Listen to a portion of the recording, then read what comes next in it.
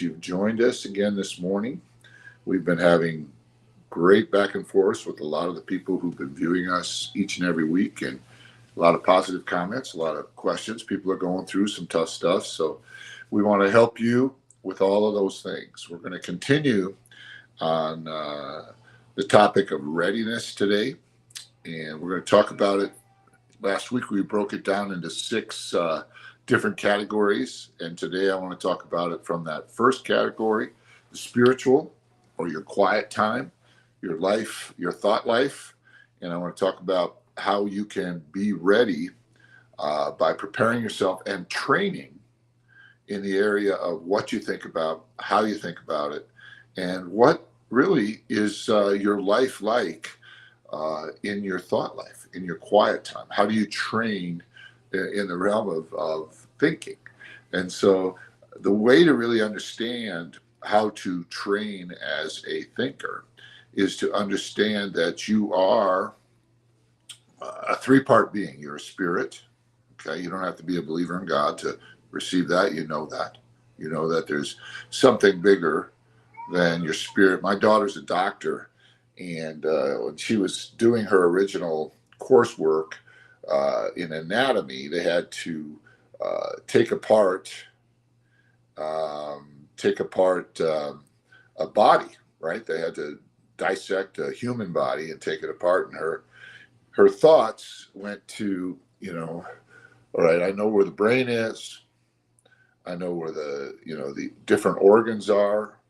I know I can see here how the circulatory system works and fits. And then she went to the thought of, but where am I? Where does the spirit really sit? Because you are not your brain, you're not your heart, you are not your fingers or your eyes. You are, you're something outside of your physicality. And so when you understand that, you understand then that your body brings you a lot of information. You still have a body.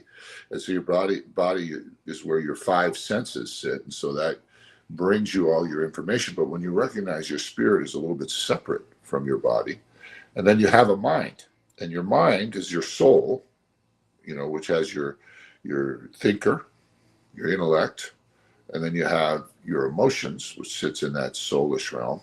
And then you have probably the most important part of your soul is your chooser, your will. And so when you start thinking about that, you realize you're a three-part being. You're a spirit, you're a body, and you're a soul. And then most people can't differentiate between their soul and their spirit. And so they don't really realize that their spirit is either in a dark place or in a light place, based on what you choose in your soulish realm. And then the revelation or the epiphany that you're going to have is when you kind of realize it's like, whoa, Shazam, I'm getting almost all my information from my five senses all day long, if not all. Most people get all of their intake, all of their perception comes from that. And the reason is because they don't train their spirit. They don't choose the spirit life first, which is why it's so important when you're trying to prepare, when you're trying to be ready, that you realize that you are bigger, that you're stronger than just the information you're getting. And in your realm of your spirit, really, that's where your creativity is.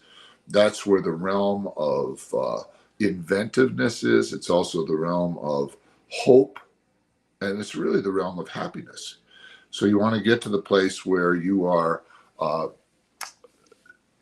thinking about what I've already said, that you do have the ability to choose what I call a spirit life or a spirit-led life, a life that you get to create, and that all begins in your quiet time. And so what you do is you just start, like I said last week, you start with really thinking about getting as quiet as possible and kind of analyzing how your mind works, or how your spirit, how your thoughts work, because we think that's our intellect, we think that's our emotions, and we think, but there's a space above that, which is where your creativity is, actually where your life is, where your subconscious is, where stuff goes on, where there's more going on in the realm of your spirit than just your education, just your experience, or just your emotions, right? And you really don't have, unless you can start to train in the realm of the spirit, you really don't have control over your decisions. And so you got to practice in the spirit realm, in that place of getting quiet and opening it up. Now, I strongly suggest that you open up to wisdom, open up to, I use the Bible to do this, so that when I'm choosing my thoughts, rather than having, my day, my obligations, my responsibilities, those people that I'm accountable to all the time coming into my mind, I realize in order for me to really serve them, I have got to be feeding on something that makes me capable of not being hurt by the demands. So what I do is I'll feed on, the fact that God loves me. I'll feed on the fact that my wife loves me. I'll feed on the fact that my daughter loves me. And I'll just work on all that healing thoughts. Now, that's serving two purposes. The first purpose is that it's serving the purpose of thinking in a healing fashion, but it's also a disciplined choice not to think about and not to meditate on those hurting things. And that's really hard to do, because you think about it. You think about when you hit your finger with a hammer, all you can think about is the pain in that finger, right? And so it's really hard to think about the fact that, my finger's really hurting, but my eyes really work well, or my elbow is fine. It works. You don't think about what's fine. And so that's where the choosing comes in the soulish realm, where you actually begin to really choose things. There's a great scripture, and the scriptures work if you believe in God or you don't. But the idea is, it's better to believe in God, in my opinion, all right? Because he's real. But it says, think on these things, whatsoever things are lovely. It says, be anxious for nothing, right? This teaching from the scriptures, it doesn't, it's so powerful to me, because I think about it all the time. It says, if it says something like be anxious for nothing, then clearly that's it's almost like an instruction, but it means that you can do that. And most of us, the idea of being anxious for nothing is foreign to us. But what the Bible does for me is that it says, be anxious for nothing. You mean I can have a life where I'm anxious about nothing, where I'm stressed out about nothing, where I'm in control? So that just gives me that possibility. So then I meditate that. And then it continues. It tells you what to think about. It says, think about lovely things, a good report. Try to think about the good reports in my life. Try to think about virtue or praise, rather than what might go wrong, or what might go in the wrong direction. So it's not just think about nothing, it's be anxious for nothing, but then you have to proactively choose thoughts. So when you're training your spirit, you want to almost go into it like you would if you were going to the gym. Like when I go to the gym, I'll say, I'm going to do legs today. I'm going to work on my legs primarily today. And then the next day I might do back and shoulders, right? And the next day I might do arms, okay? Arms and chest. And the idea would be to do the same with your thought life. with your spiritual quiet life. And keep in mind that your thought life is not as mental as you think. Your spirit lives in a realm above your just your brain or your intellect. Okay, it's very difficult to get to this place if you don't just right off the bat realize, okay, I'm going to train spiritually. I'm going to start with my breath. I'm going to breathe in, and that's what I'm going to think about. I breathe out, and that's what I'm going to think about. And then when anything else comes to my mind, I'm going to go back to my breath. And this is disciplining me to make those choices at a regular basis. That's where the concept of the soul is so powerful in that really who you are is your choices. And so in your soulish realm, you don't want to always be choosing the info that comes from your five senses or your body.